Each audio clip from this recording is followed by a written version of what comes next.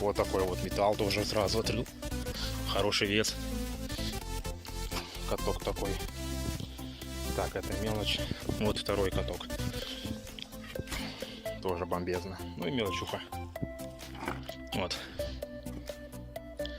Так что дальше копаем. Осматриваем старое место. Ну что, друзья, в принципе, немножко покопал. Вот такой вот есть результат. В виде хорошего такого толстого железа весомого. Такие вот болванки. Так, два таких диска. Один маленький. Ведро полное мелочи.